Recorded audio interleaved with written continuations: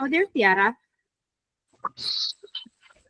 Hi, so today I'll be presenting about self-care for ABA practitioners.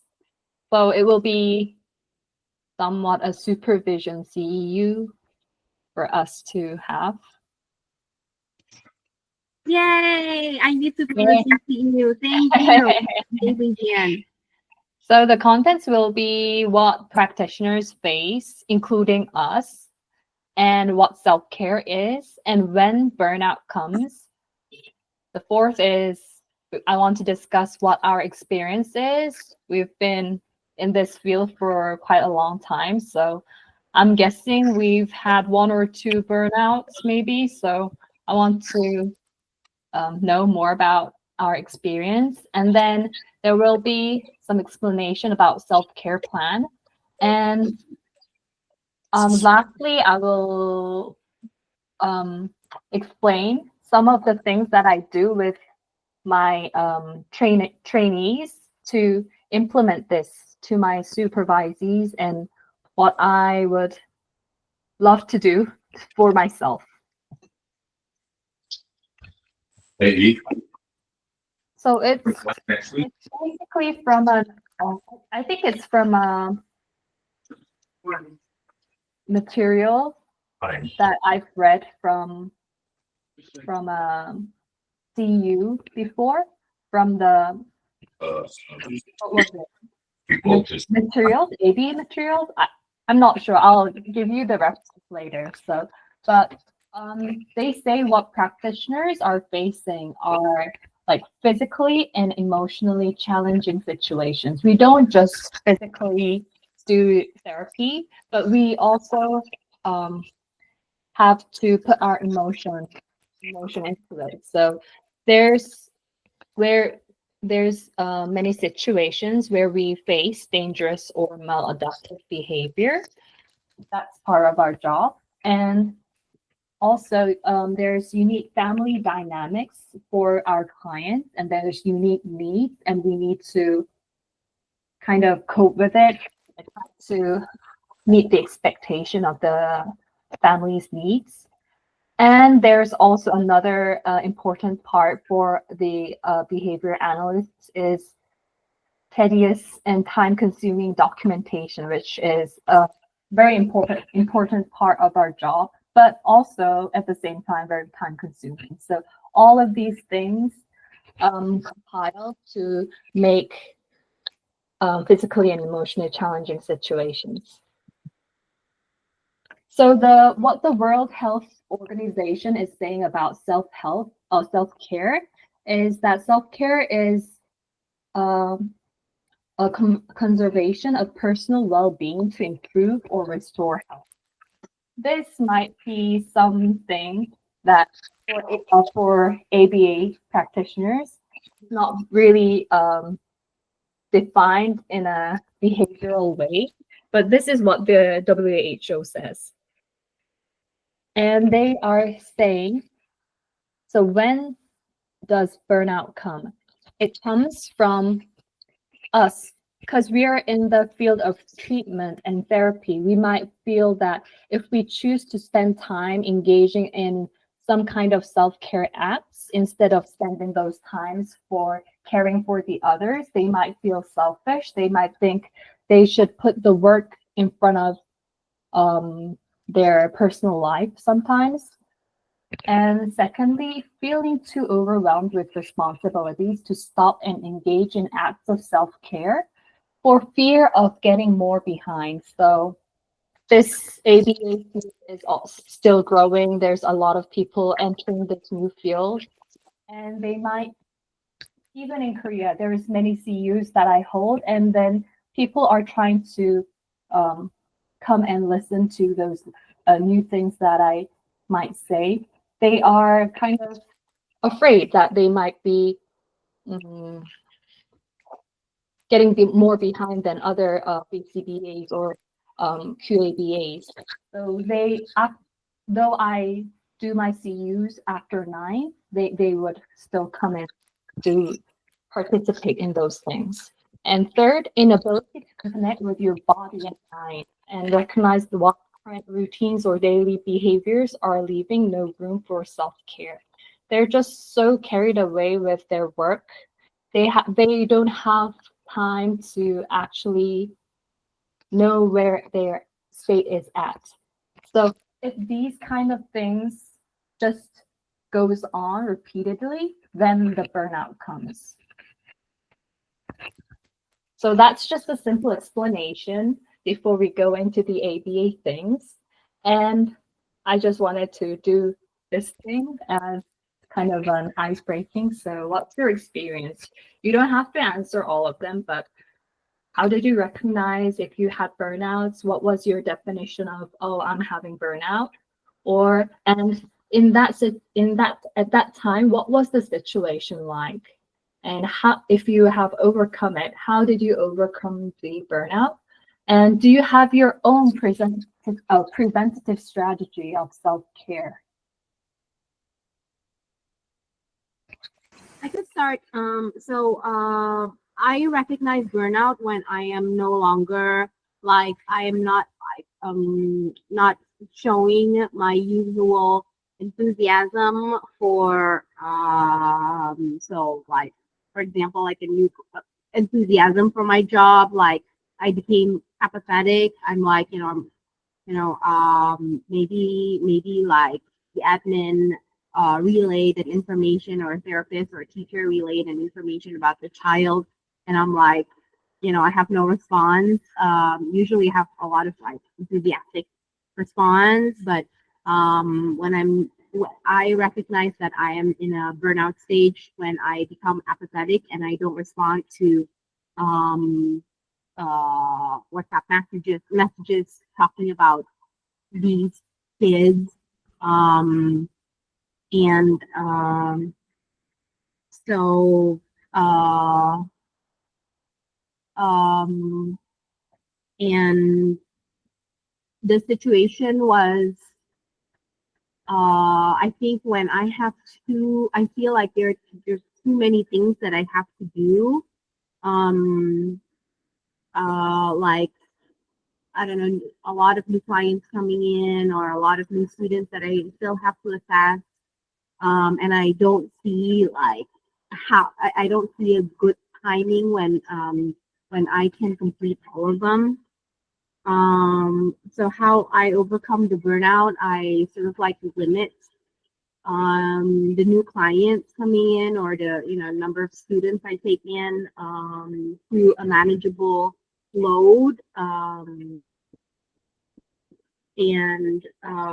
yeah, so that was the preventative strategy. And how did I overcome burnout? I don't know. I think I went straight to limiting clients. And then once I feel like, okay, we're limiting client, or we're limiting students that we take in, and I see sort of light at the end of that tunnel, then I became motivated to respond again, to quickly, and passionate again about the care for these kids.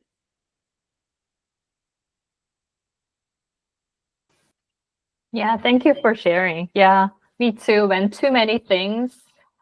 I feel that I have too many things on my hands and I don't know if I could get through all of this in time.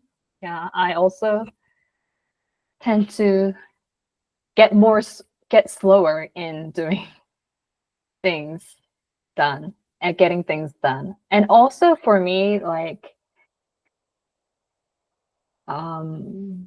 some feedbacks or some of the situation that mounts, like my client isn't progressing at one part, and then the second part I'm getting supervision, and then I'm getting negative feedback, like those things loading up, and then it gets me thinking, hey, am I suitable for doing this job? Or yeah, those kind of feelings come.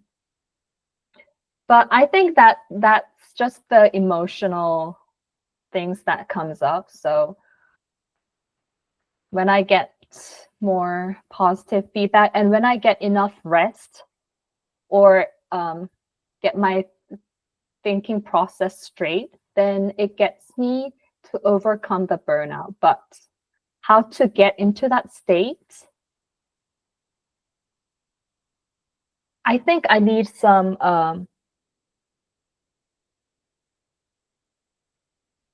what do you say, separation from my work. Yeah, not trying not to think about it. What I enjoyed, what I really enjoy is like, I don't know what you call it. You have hot bath, hot bath. Yeah, hot bath with the aromas inside. Yeah, that's my way. Yeah. Yeah. I think you're like, I think emotionally, yeah. I mean, like I noticed like burnout. Um, Actually, my son notices it, not me. My son says that I'm more sensitive. Things that I don't get upset about, I get upset. I think like prolonged fatigue is a sign of burnout. But I think what's more predominant is the emotion. So sometimes you can't even make sense of your emotions. It's like, what's going on? Like, I'm mad at something, but I don't know what it is, you know. And then it's like I honestly have experienced throughout my career two major burnouts.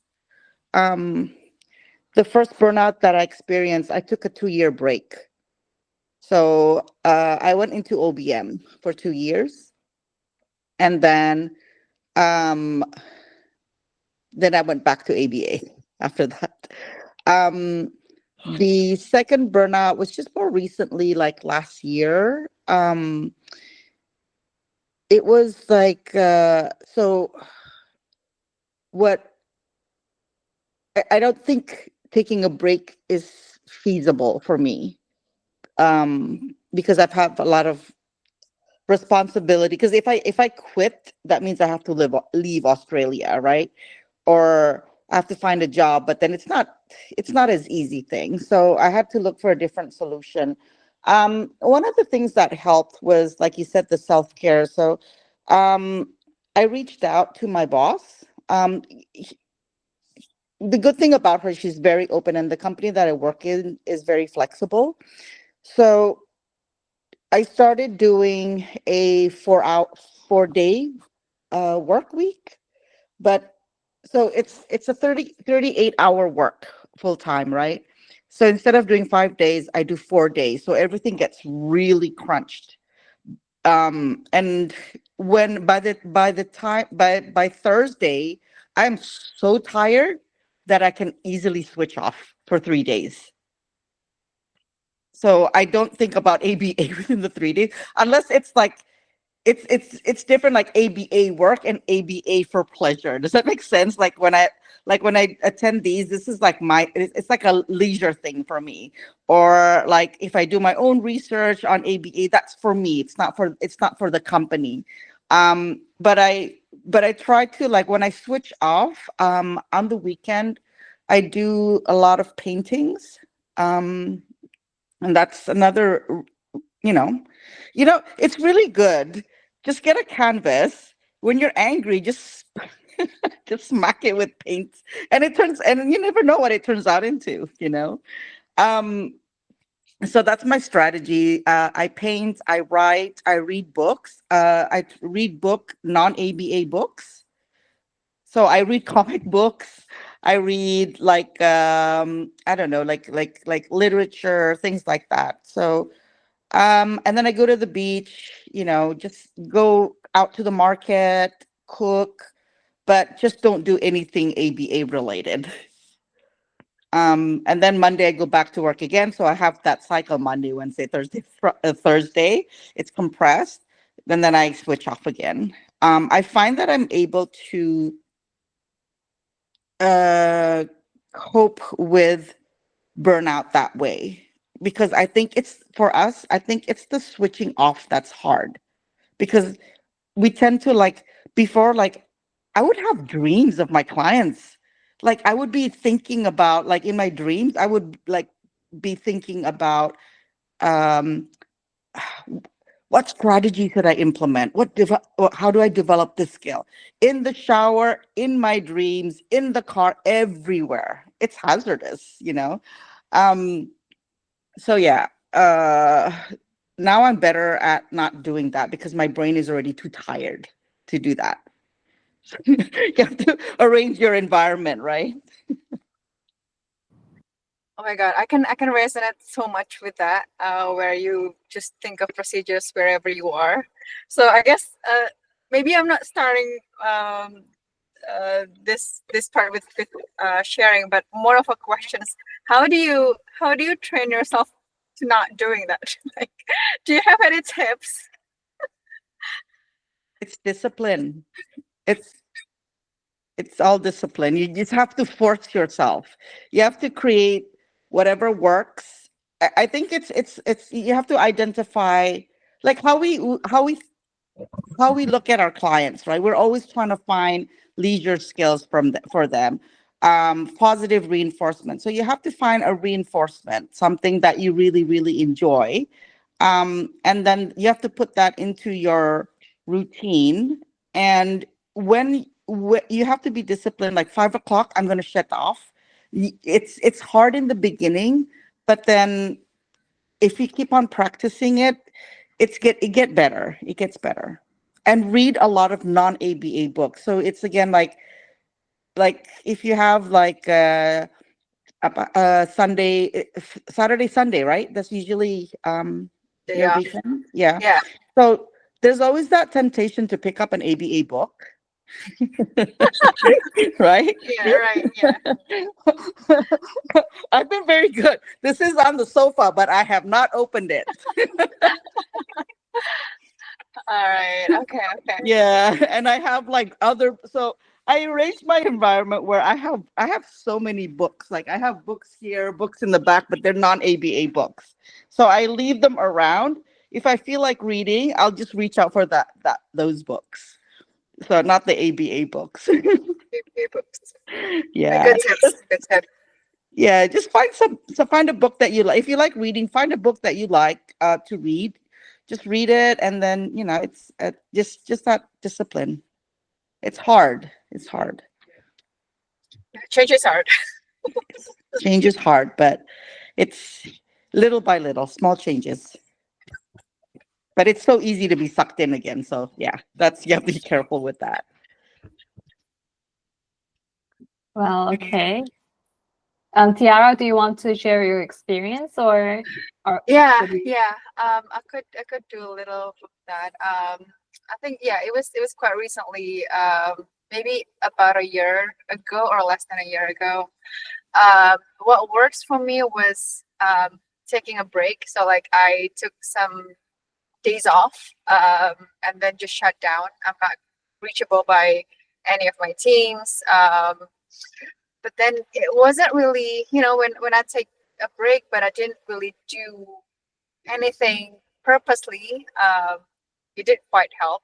So I ended up made an appointment with a psychologist, and it kind of helps a few things, especially when you're burnout, like you think of a bunch of different things, like, oh my God, this is so difficult.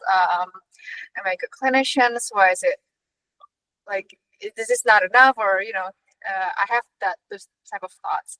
So by I think talking with psychologists, it kind of helps me to separate or analyzing my own private events and like my feelings. Is it something normal, or is it something that I exaggerated? Or it kind of helps to neutralize the feelings and the thoughts that maybe it's just in my head, but in reality it's not really a problem. So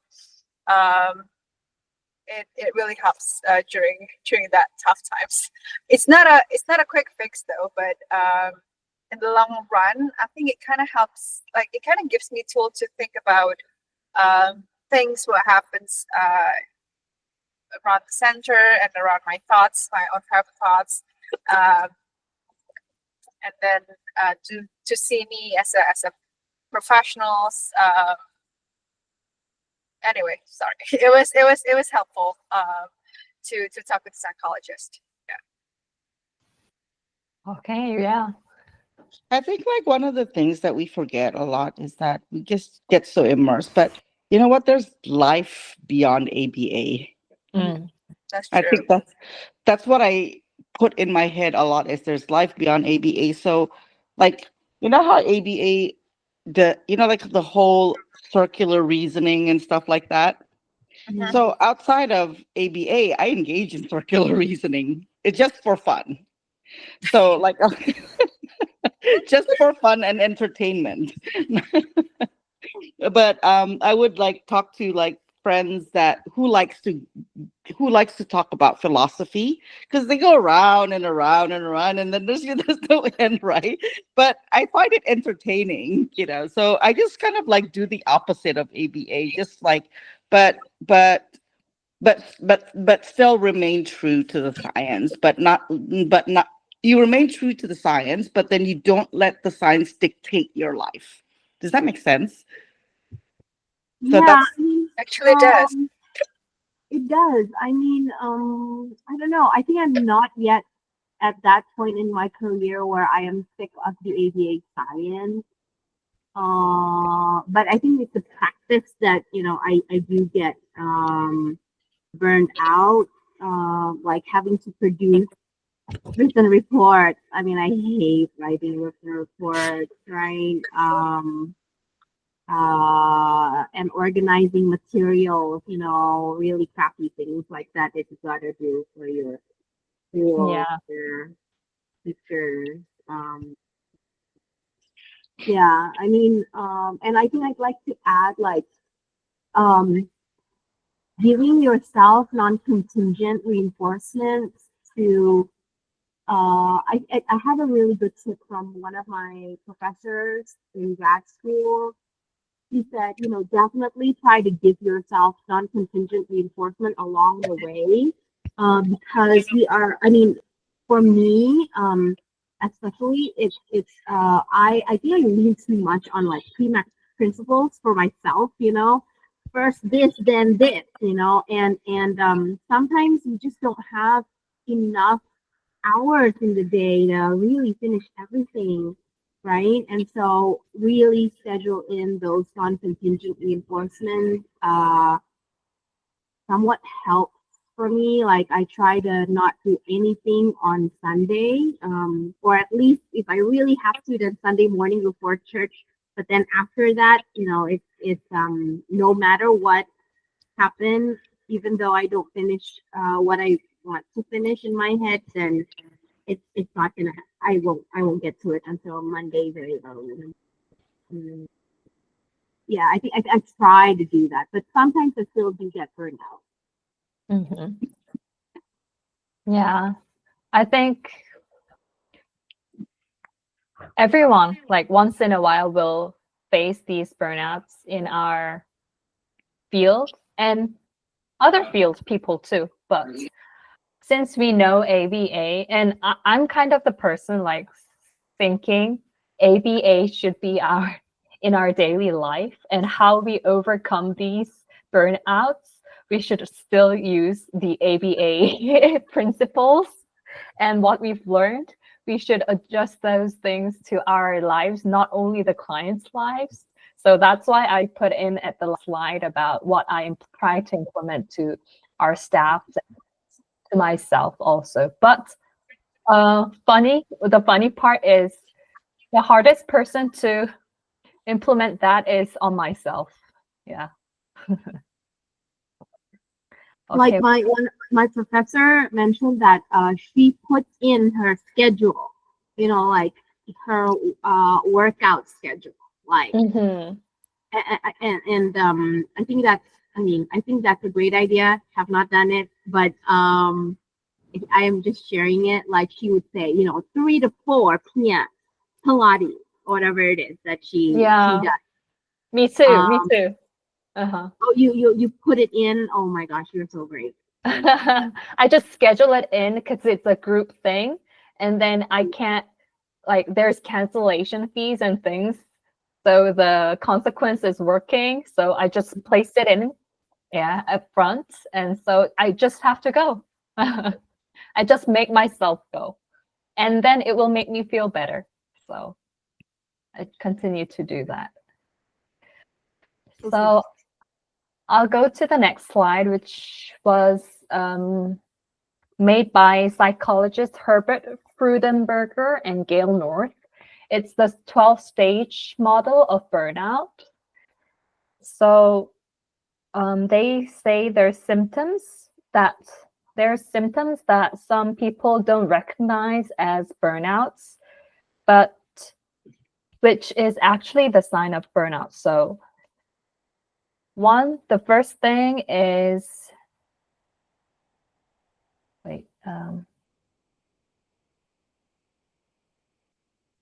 sorry, I'm trying to find, not here. So the first thing is working tirelessly. And then the second one is obsessively demonstrating my worth to other people and trying to do actually more work to prove that you are worthy. And the third is neglecting the needs. Like there's the needs that you need to rest and you need to take care of yourself. You need to engage in like mindfulness state or something, but you neglect those needs and then try to just meet the needs of others instead of yours. And then because you are in a burnout stage, you try not to get into conflicts. You just try to ignore those things. So there's displacement of conflict. The fifth is revision of values.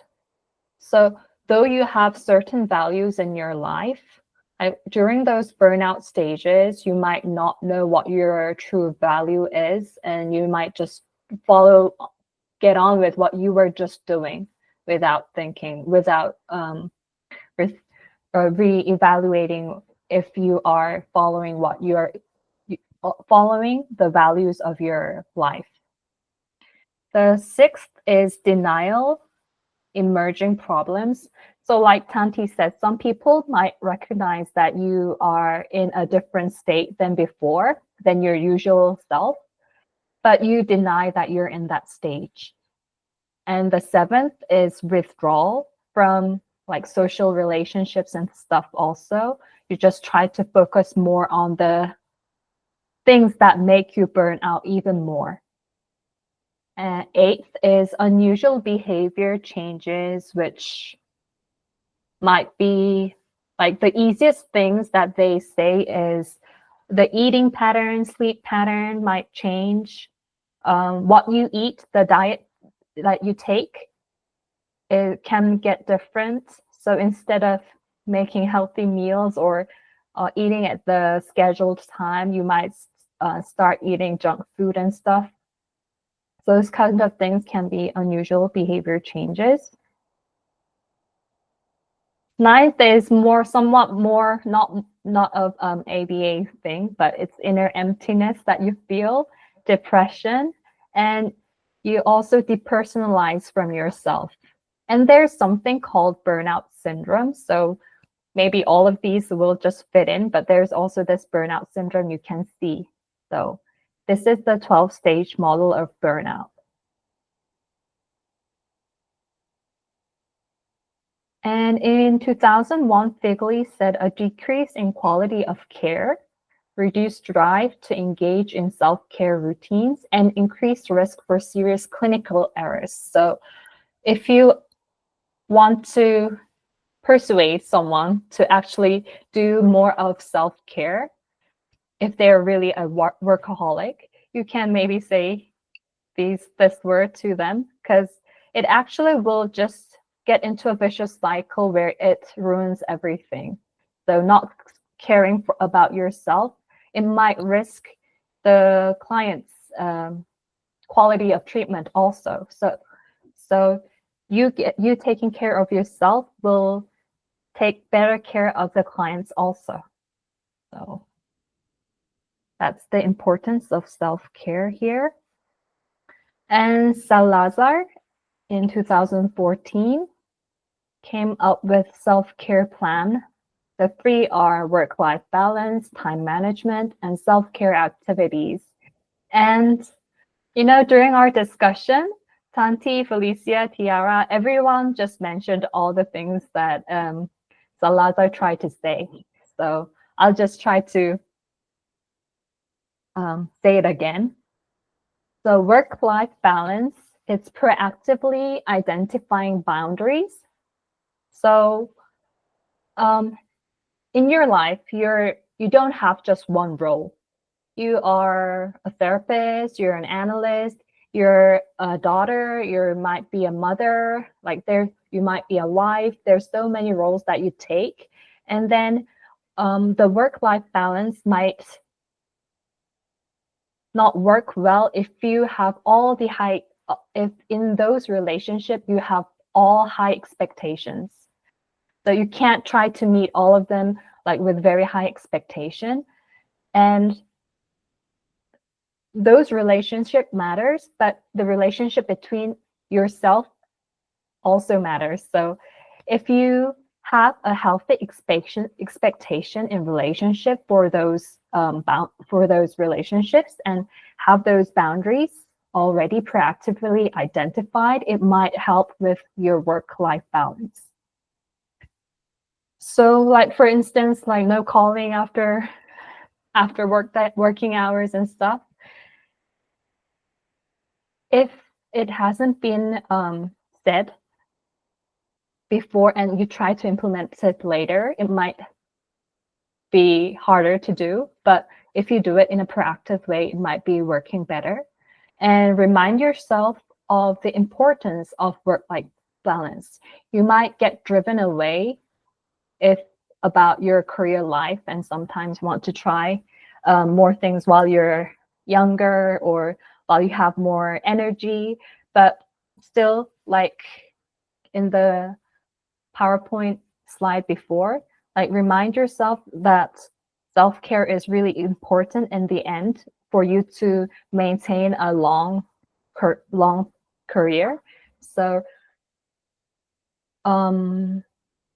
periodically, just try to remind yourself of the importance and avoid canceling leisure time activities. So when you have so much things to do in your work or in other relationships, what you try to do first is just try to cut out from your own time, from your own leisure time. But try not to do that. You still need the balance. So avoid canceling leisure time activities.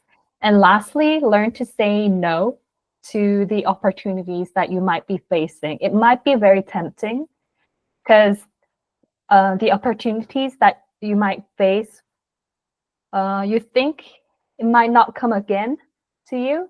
So though you have a handful of things to do, you might try to take it in, make some space, make some time to catch that opportunity. But you have to build the skill to know your capacity and learn to say no in those situations where you are already full. And about time management, Felicia, you were saying about your professor, this using time block. So they say it's actually more efficient to use time blocking. So instead of just writing out what you need to do for the day, like writing out to-do list, actually having a time block is a better way of time management. And when you do that, try to schedule the time for the unexpected. So what they are saying is reality isn't something ideal. Some things might pop up and you might not get things done in the time that you've blocked in. So there's a need always for the time to do the unexpected things. So that needs to be also blocked in all the time so that you can take care of the unexpected things. Lastly, Tiara mentioned, and Tanti also mentioned, feel confident asking for help. So Tiara asked for help from a psychologist. Tanti asked for help from her boss. So those things are good to do if you do it in advance for your time management. And when you do that, instead of sending emails politely and things like that, just have face-to-face conversation. Or if it's hard, just have a phone conversation so that it will they can also feel what you are trying to communicate. So using those non-behavioral things, gestures and stuff, your intonation, tone of voice, it will help them feel more of what you are going through. So try to do face-to-face or at least phone conversation instead of sending emails. Lastly, self-care activities. So spend time identifying your values. So sometimes we don't have time to actually think about our values. Our values might have changed during the times, but we might just think, oh, we still have the same value and follow through those. So sometimes have those pause in your life and spend time identifying your values and then prioritize. This might be the this might be the basis of how you prioritize your work and stuff. So it helps with that. So do that and find an outdoor activity that you enjoy. They ask you to go outside, like going to the beach. That was good. Going for an exercise, that might be good. So they say nature has a healing energy. So find an outdoor activity that you enjoy.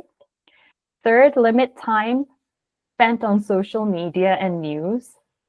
So this was something for me also. When I go home, when I finish work, I just lay down on my bed and go through my iPhone and IG and everything.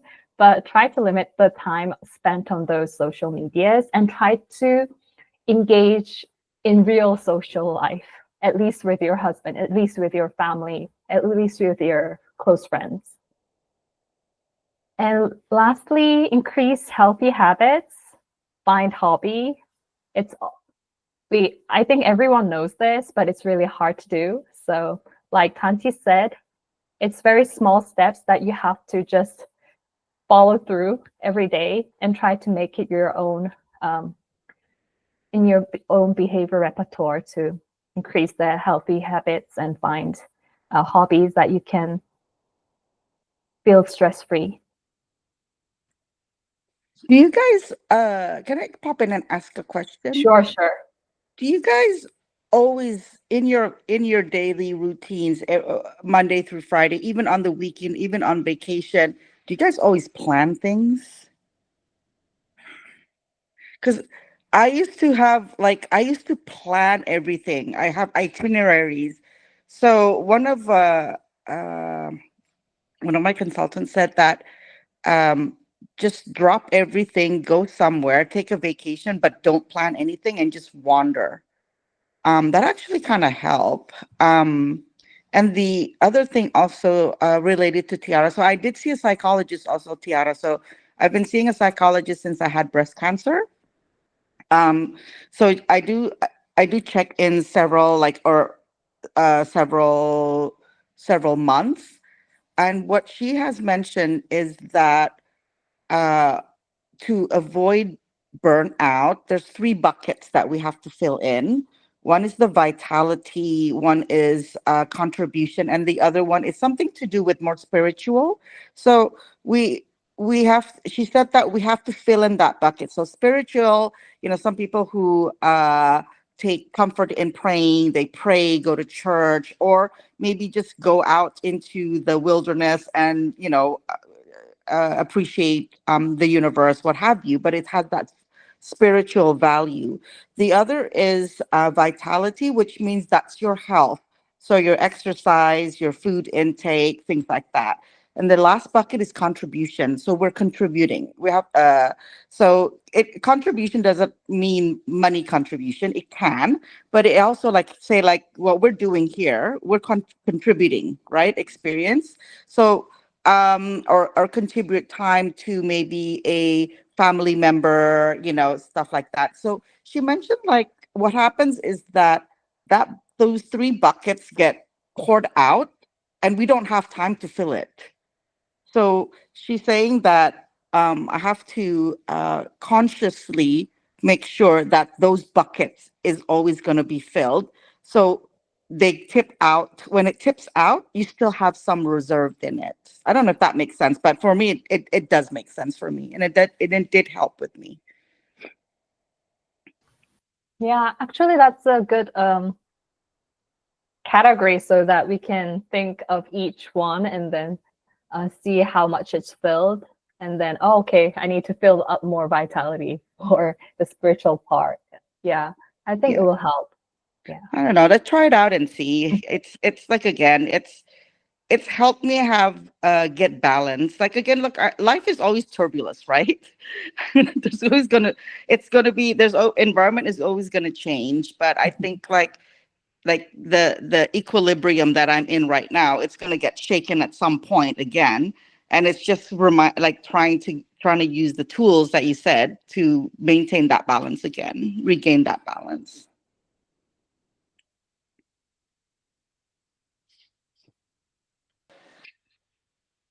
To answer Chanta's questions, do I plan things?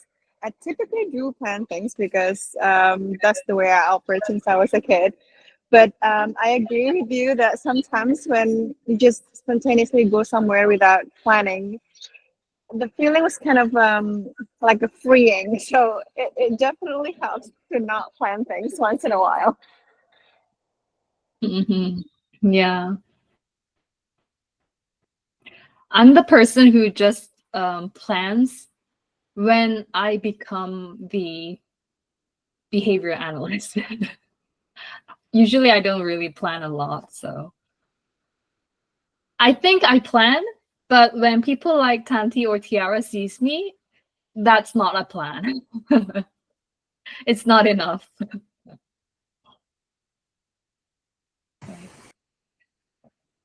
I tried one trip where I don't plan anything. We just booked it was a girls trip between me and a really good friend of mine. We went to Bali. We booked a really nice hotel. But so when I do that, it was just like, so my plan was just like lounging around, do some snorkeling and just do things around the hotel, just sit around. But sort of like towards the end, I was a little anxious because Oh. I should be doing something a little more productive. So I think I don't know. I think so I was thinking about it at the end of that trip. I was like, maybe I should have like plan a little bit, like plan one activity a day, like, maybe go canoeing, go somewhere to do hiking, and not just I don't know. So I guess I'm not a very good lounger, pool lounger. Mm-hmm. Yeah, I know that feeling that you just kind of pressure yourself that you have to be productive. Not all the time, but you have to be at least a bit productive in your vacation, even through your vacation. Yeah. All right. Thanks for the sharing. So this is my last slide, actually. So this is how I try to implement this self-care on my supervisees and myself. So when I do the training for RBTs or ABATs, ABAT is for the QABA. So when I do that, I have a worksheet about preference assessment. It's usually for the clients, right? But I ask my trainees to actually find what their preference is using the preference assessment. So you know, there's tangibles, there's activities, there's this six, what is the, like tactiles and like smell everything, those kind of things. I ask them to fill out the form, and then ask them to use it when they actually have when they actually have too much stress or things. Because if they know by writing what their preference is, it's better. Because most of the people, they don't really think deep into what they really like or prefer. Especially people might just say, oh, I love eating, or I love doing something something something, but they don't have the opportunity to think in like bulk categories. So I asked them to do that. And then since we also learn about HRE, so this is for something more of in the moment things. So I asked them what makes them happy, relaxed, and engaged also. So if they have clients and then they feel that something is triggering them, triggering my trainees. So I asked what they could do in that moment. They can't really do much in that situation, but what are the things that they still can do to make them happy, relaxed, and engaged? So I asked them to find those things and inform them that they can try to use it. And lastly, we learn all these antecedent strategies. And then there's people who can do well when the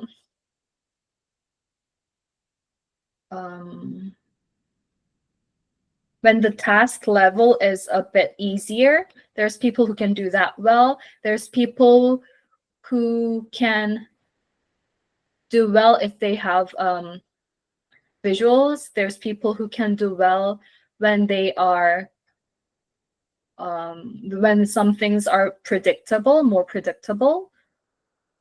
So when there's priming, some people can do better. When there's prompting from like social side or other stuff, there might be people who can do better. So all those strategies are very different. And then the ones that might apply better for a person is also different even for our clients. So I would think that even for our trainees, all those strategies would work in a different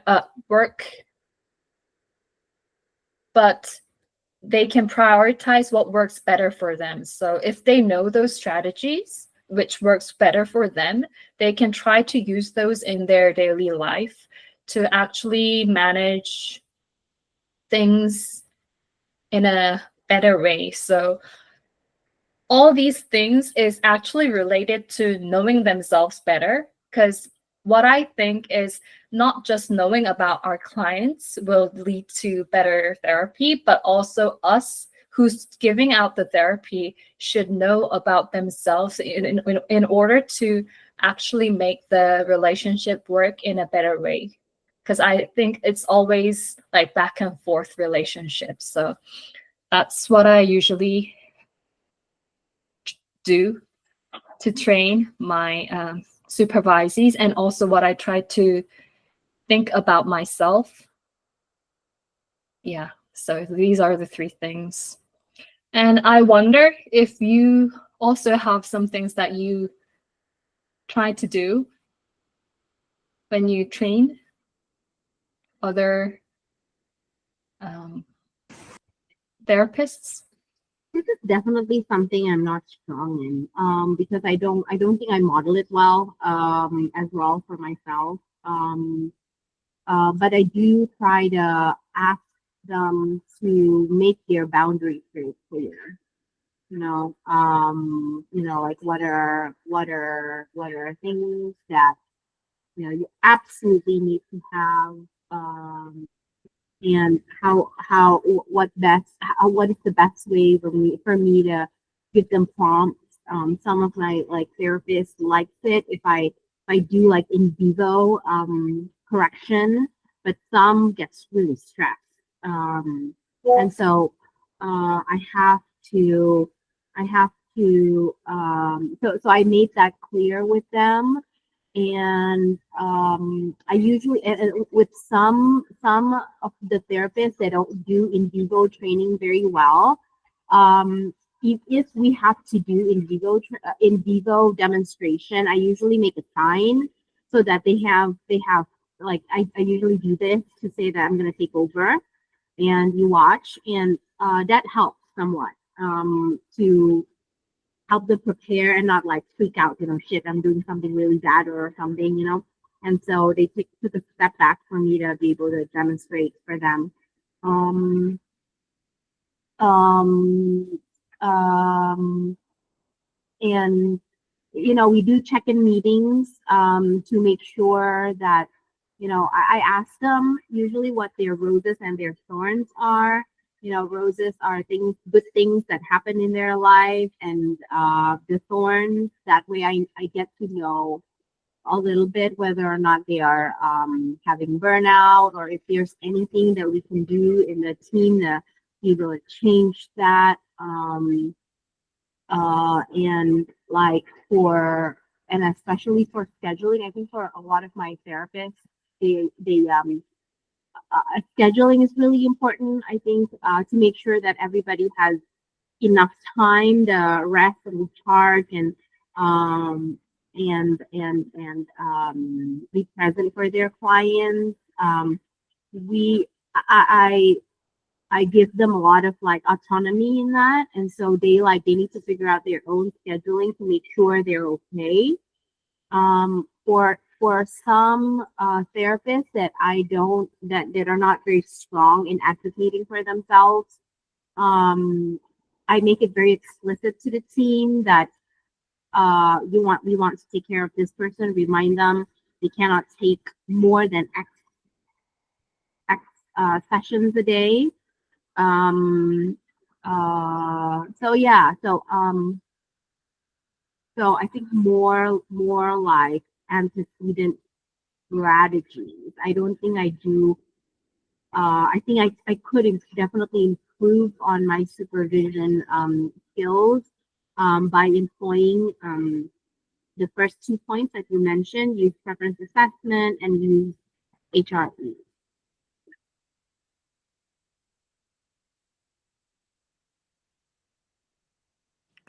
We do like check-ins also, like what Felicia says.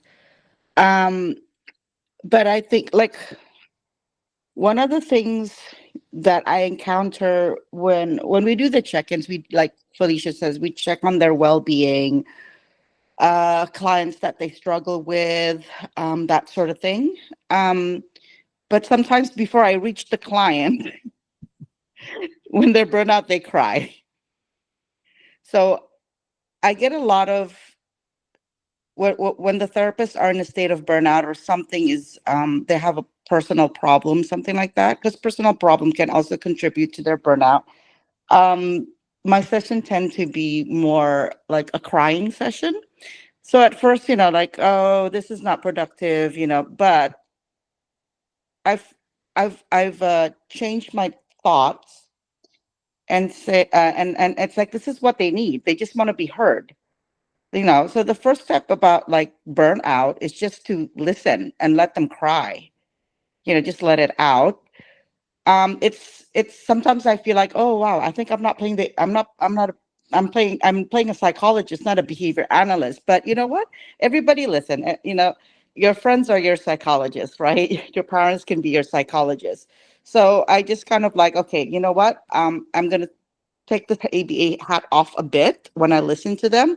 So all I'm doing is I'm listening to what they're saying. I'm listening to what their problem source of problem is.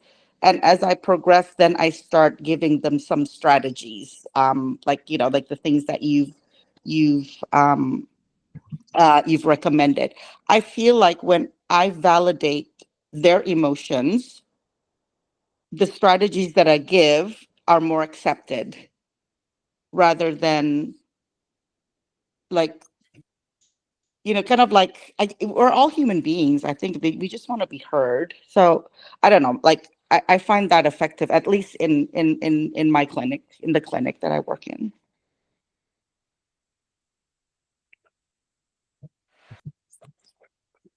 I definitely need more practice or to upgrade my skills as a supervisors. Um, they typically, my therapist typically comes to me if they can have one-on-one sessions. But I sometimes did initiate that one-on-one meeting, but for the most part, they initiated it. So I kind of grateful that they, you know, mm, ask for help or ask if I have time to just, talks about clients or non-clinical case. And yeah, like Tanti said, sometimes they just cry. Typically, typically there are things in their personal life, and there's the difficult cases. I do have some experience with a certain therapist that they apparently don't. So this is a new therapist. They was put in a certain case. It was quite a difficult case. But then she thought she could do it. She tried, but then apparently she can't do any more work with that client. So yeah, we're becoming more flexible on that. That we change teams, like we kind of rotate the therapists with certain clients. Obviously not with all clients, but I think for some therapists it kind of helps for them uh, to experience different types of programming with different types of clients. um yeah, so far that's what I do. But I the Gian's points on HRE is very interesting, because I've never really looked at it in terms of my supervisee. So that's definitely something that I will try on my practice. Okay. Thanks for sharing, guys. I think we can all relate to what everyone else said. So we can think more after the session, hopefully. And so the last is the references from the therapy brands. I don't know what I said earlier, but it's from the therapy brands, 2020 November one, and the title is Self-Care for ABA Practitioners. So yeah, this is the end of the presentation. Thank you. Thanks, Ji-un. That was a good Thanks, topic. Gian, for sharing. And thank